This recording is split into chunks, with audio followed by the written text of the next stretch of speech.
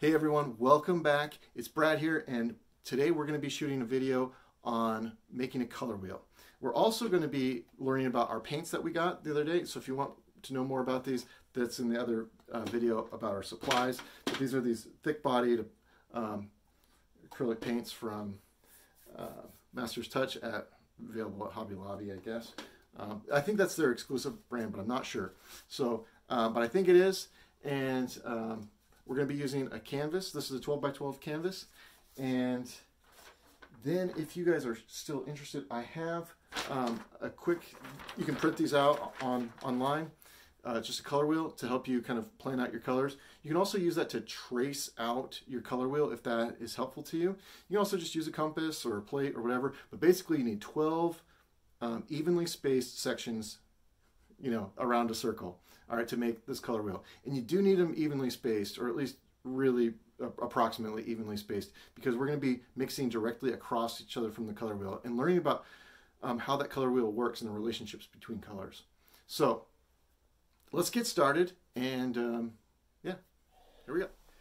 So just kind of got this sketched out on here. Now the next thing that we want to do is I just put these on here so you guys can see like generally how it's going to be. I did put red on there, which you guys already saw. I didn't write it on these other ones, but that's where they're going to go.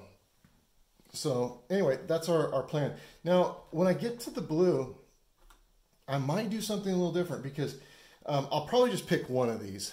I'll see what they look like when I put them on my palette, but I might actually split the blue into two. I might do just for the sake of this experiment, I might do half of the blue in the green shade and half of the blue in the red shade, just to see what those differences are on here. But the reality is, you could just pick which one you want in the blue slot, and then if you're going to mix, you know, to make your violet, you want to use the red shade. And then if you're going to mix your green, you want to make sure that when you're mixing with your blue, to get a really rich green, to use your green shade. Otherwise, if you use your red shade, your ultramarine, like blue, the red shade of it to make your green, you will get a green. You've mixed blue and yellow together, you'll get a green. It'll just be like a darker kind of maybe muted greenish gray. It might look more like kind of like an army or kind of like military kind of green in there. So just keep that in mind as you're mixing. So the other thing is, I'm going to test out the new brushes that we got with this too. Again, I like cheap brushes, and I think these will all work just fine. This is just a little set of flats and rounds. And when you are looking at your brushes, you know, I mean, just kind of obvious. I mean, hopefully this is obvious, but you just don't want to like smash the tips too much. You know, it's like, you know, you kind of work it nicely. Don't, all right, it's not like a horror film. At least I don't recommend painting like that. So now when you get a new one, it's sometimes like, so I got a couple of these too. When you get, these are hard, so these won't bend down. So you have to kind of get the glue or the kind of this gum arabic or whatever they kind of put in there. You have to kind of rinse it out. So you can just swish it around and kind of work it up. See, it's already out. I think that they use that gum arabic, and it just comes out right away. So it's good to go. I'm pretty hard on brushes. I will leave them in the water for some time, but probably not good practice to leave them in there like indefinitely, because you can ruin the tips. But if you just kind of set them in there for a little while, they're decent quality, not great, but I mean, they'll probably last. So just keep that in mind. All right. Well, I think let's get going. Here's the red shade version of it. Let's see if you can even tell the difference. I bet you it's hard.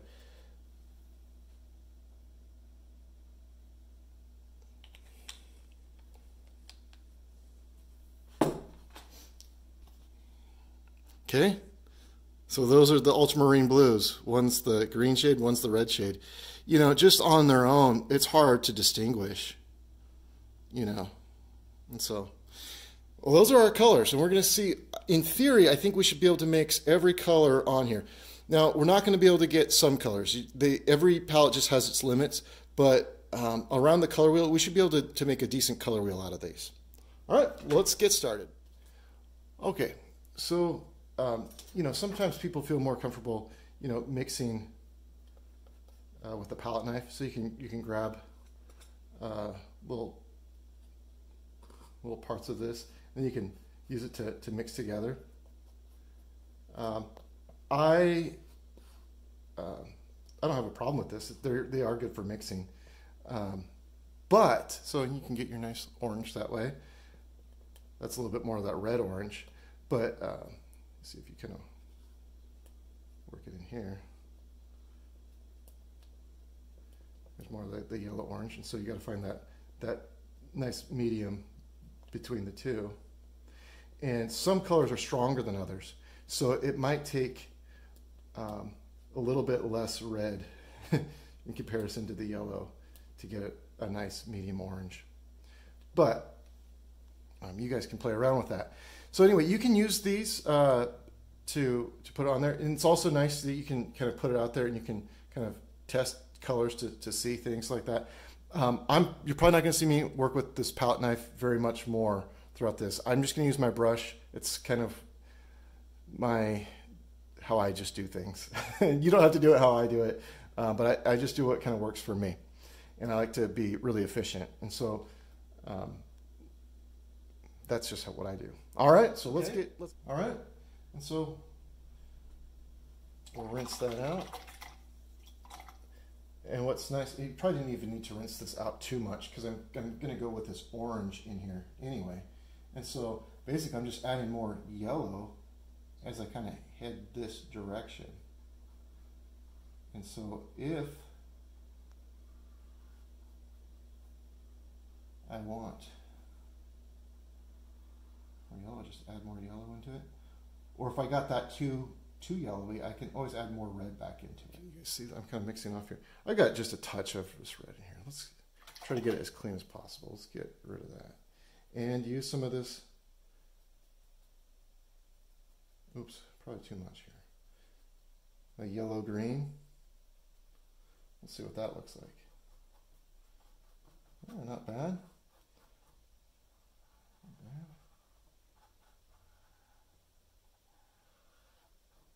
Got just a touch of red in there.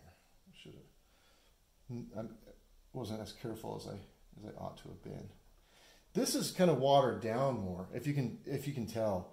Like this isn't as thick of a paint. So again, you can thin these out a bit more.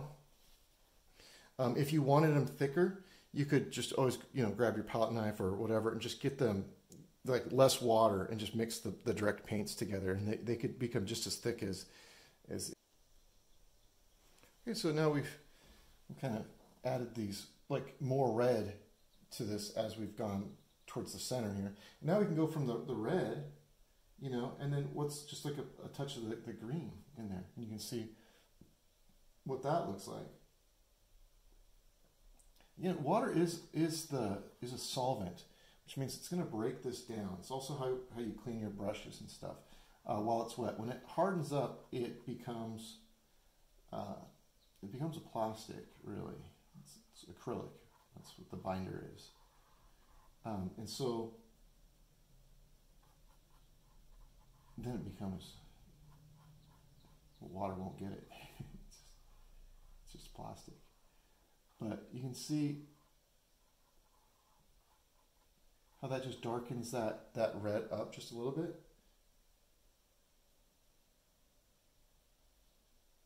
Just by adding a touch of green into it. So it's a nice way. So if you wanted to, again, make your red a little bit darker, add a shadow to your red, adding a touch of green is a great way to do that.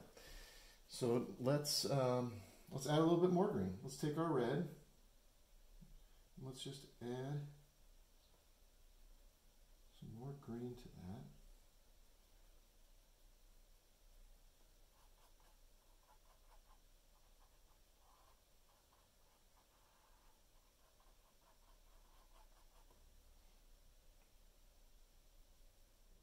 put in like half our blue right here, just to get going.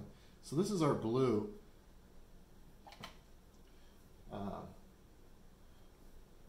Our ultramarine blue on the green side, the green shade of it.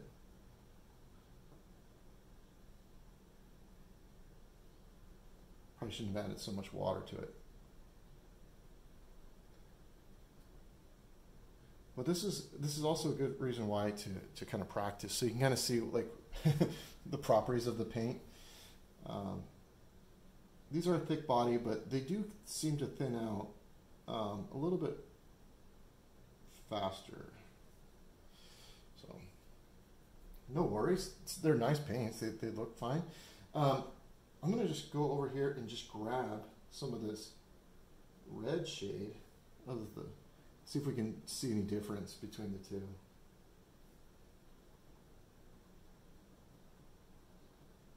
Boy, can you tell any difference?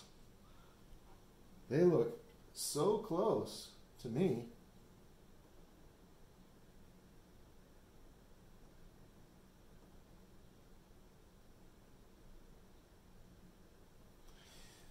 You know what might be interesting to see is if we thin them out with some white and see how they kind of interact, or see what they look like with that too.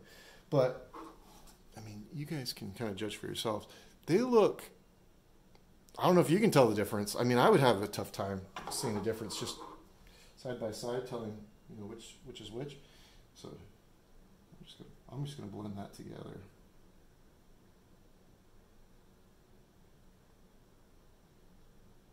So our blue looks blue in our blue section. So now we need a blue-green. And so while I'm mixing, I am going to use the green shade of this, obviously, with some yellow. Okay, so now we've completed the perimeter of our color wheel, and I think it's serviceable. Like, could it be better? Yeah, I mean, I think, you know, we could maybe, some of the jumps between them, we could probably, these are closer together than some of these. There's greater separation. So if you wanted to, you could probably take, like, if this was your, like this right here, this is our orange. If we wanted to put more yellow into that orange, now would be that time we could do that. And I may do that as we remix these. But, you know, I think this is pretty good. We don't have to be perfect. So I just got to add a little bit more blue to this orange. And again, I want to try to keep this still on the orange side. It's going to get more blue, more brown, the further I kind of go in. Just a touch more. So, you know, just go ahead and just grab a touch of blue, and you know, sometimes you see, oh, that went a little bit too far. You can always go back in, grab some more orange, and mix just directly on the canvas. All right, so we got our our color wheel is complete. You know, and by filling in, you know, making our black kind of by making with our ultramarine blue, like with our green shade and our red. That, I think that green, that little bit of yellow that's in there, really helps make this look black. So it's purpley. It really is purpley, but it's pretty dark purple, right? It's pretty black. So that's about as good as we can do, is getting a black just with the colors that we have. We might be able to, I haven't tried to do anything with this burnt umber. Let's open this burnt umber and see what this looks like.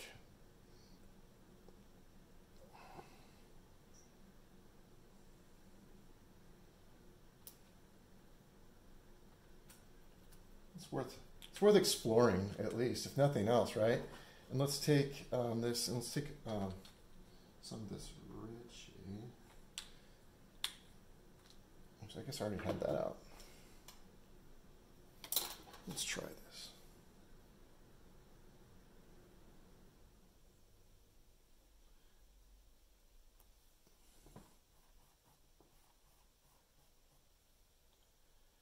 So this is what that ultramarine blue and that burnt umber look like. Or here, let me just do this.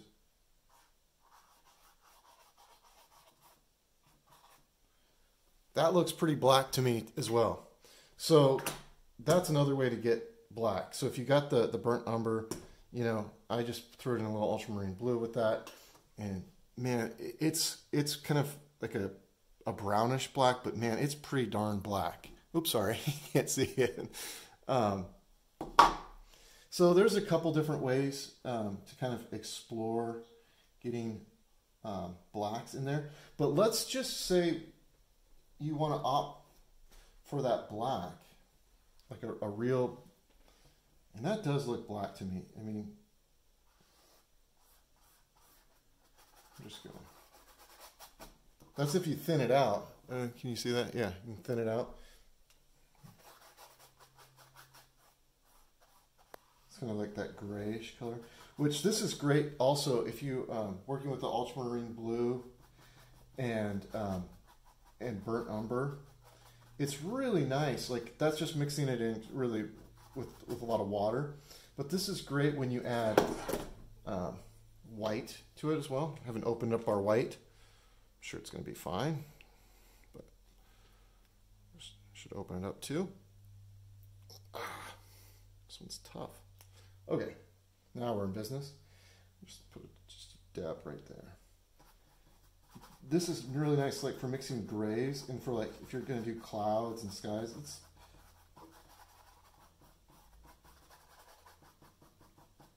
so if you want a nice, anyone that's interested in doing some landscape paintings, I like having a little burnt umber in there. It's great for clouds, you know. So, and other things as well, but okay. So that's something to explore. The other part that I want to show you guys, just clear this brush off, is, you know, there's certain greens, or here, let's actually, black itself. So I have a black here. And let's just, I'm going to put just a touch of black on there, just to see if you can tell. All right, so here's some black. We're just going to put it straight on here. Let's cover like half of this. Let's just go with this bottom half. And I'm going to paint this bottom half of this, or at least this.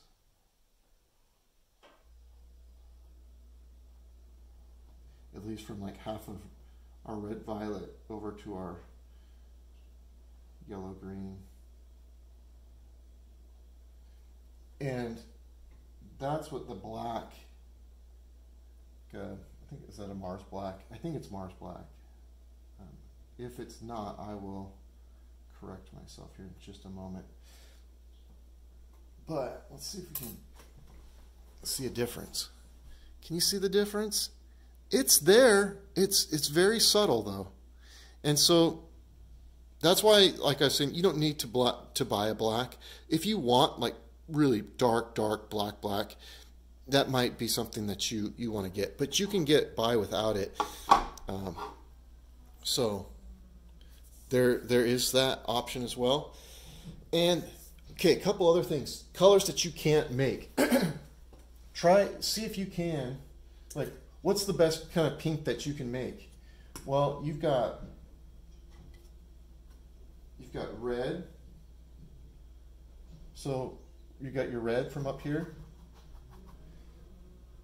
You can thin it out, right, with water. And that water's mixing with the canvas, right? But let's add some, or where did I put that white here? Oh, here it is. Let's just a little daub on there. Okay, and so this is the pink that you got, and it's actually a really nice pink.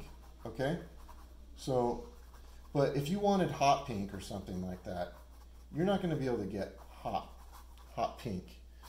So that's where I'm saying, like, there's just certain colors you're not going to be able to, you know, that looks a lot different than this, right? And just like that contrast between those, like you can really tell, like your pink versus like neon pink.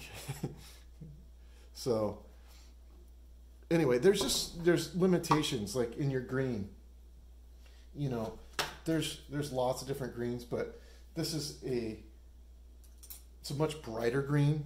It's like a neon kind of green down here. Let's just put a little dab of this on here.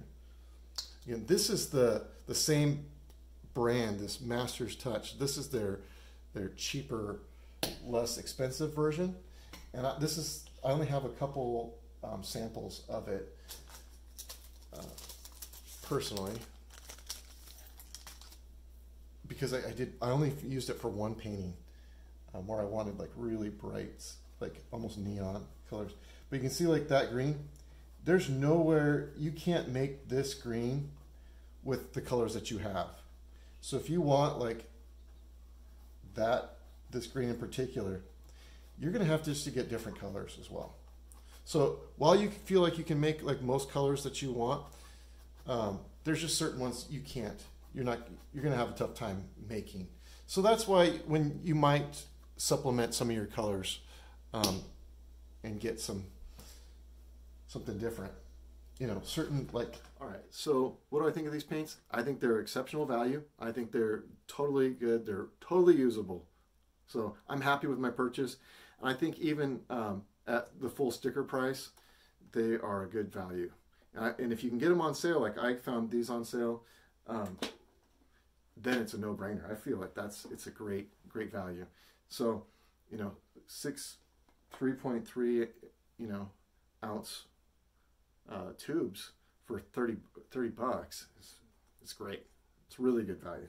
And so I'll be able to do all of the paintings for this quarter with those paints and then some. So I'll just add them to my paint mix and we'll just keep making more and more paintings. And if you feel like you can't make some colors, you know, like if you're doing a lot of, you know, landscape paintings, you're like, I can only get so many greens or, you know, whatever. You can always pick up another green or another, if you need fluorescent orange or some other crazy color, you can always add that to the mix. So take care. See you next time.